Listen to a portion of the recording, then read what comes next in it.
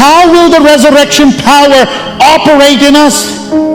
हमारे जहन डिवाइडेड हैं, हमारे दिल डिवाइडेड हैं, हमारी मिशन डिवाइडेड है, हमारा मकसद डिवाइडेड है. How can the resurrection power of Jesus operate through me? It cannot, loved ones. And we have normalized it. नहीं, अब नहीं वैसे शिफाएं होती. देखिए ना, वो खुदावंद की मर्जी, जलाल, वो, and we've just dumbed it down. God doesn't do that anymore. Why doesn't he do that? Time after time, I have with my own physical eyes seen God's glory and healing take place. Deliverances take place.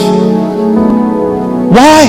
Because those men, those women, men like T.L. Osborne, Sister Alice, Bug Singh, when you read about their life, you realize that their consecration was not partial.